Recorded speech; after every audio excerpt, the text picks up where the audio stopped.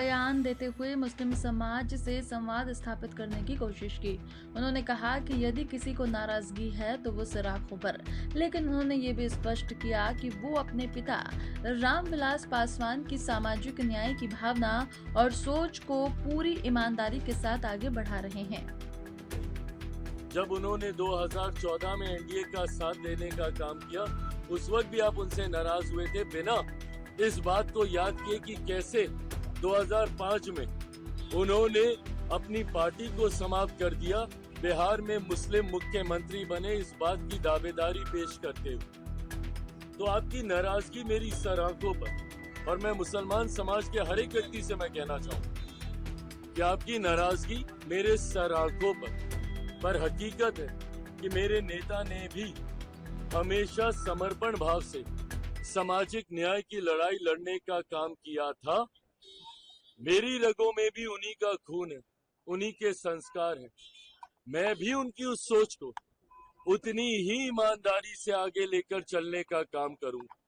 वक्त बताएगा कि चिराग पासवान के द्वारा लिए गए फैसले आपके हक में थे या नहीं थे, पर तब तक अगर आप मुझसे अपनी नाराजगी भी अगर आप रखेंगे तो बस इतना याद जरूर रखिएगा कि चिराग पासवान का समर्पण न सिर्फ उस समाज के प्रति है, अल्पसंख्यक वर्ग के प्रति है, मुसलमानों के प्रति है, बल्कि उससे बड़ा समर्पण मेरे नेता, मेरे पिता आदरणीय रामविलास पासवान जी के विचारों के प्रति है। मेरा कमिटमेंट उनकी आइडियोलॉजी के साथ है और उनकी आइडियोलॉजी सामाजिक न्याय की रही है, और इसके साथ चिराग पासवान ने ना कभी समझौता किया था, ना कभी भविष्य में समझौता करेगा। चिराग पासवान के द्वारा लिया गया हर फैसला, मेरी पार्टी के द्वारा लिया गया हर फैसला मेरे पिता के विचारों को मजबूत करने की सोच को प्राथमिकता देने की दिशा में लिया जाएगा। समाज में सामाजिक न्याय को बढ़ाने की दृष्टि के साथ लिया जाएगा, समाज में सद्भावना को बढ़ाने की सोच के साथ लिया जाएगा, और सबको, समाज के हर वर्ग को बराबरी का मौका मिले, अवसर मिले, इस सोच के साथ लिया जाएगा।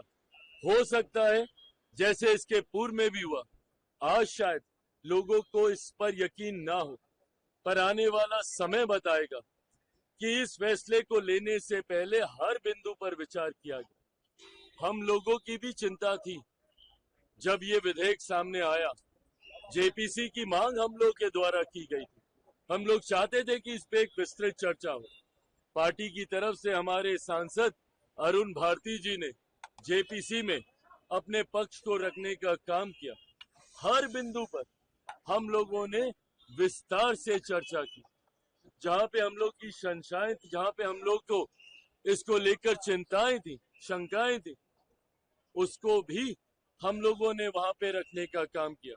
कई ऐसे सुझाव पार्टी के द्वारा दिए गए जिसको समिति ने स्वीकारने का काम किया, और इन तमाम बदलावों के बाद, इन तमाम सुझावों के बाद जिस नए स्वरूप में ये संशोधन विधेयक भारत की संसद में आया, इसके हर बिंदु पर अध्ययन करने के बाद ही लोक जनशक्ति पार्टी रामविलास ने इसका समर्थन करने का फैसला लिया है। मैं मानता हूं कि आने वाले समय में गरीब मुसलमानों के हित में ये विधेयक रहेगा, और समय इसको साबित भी करेगा।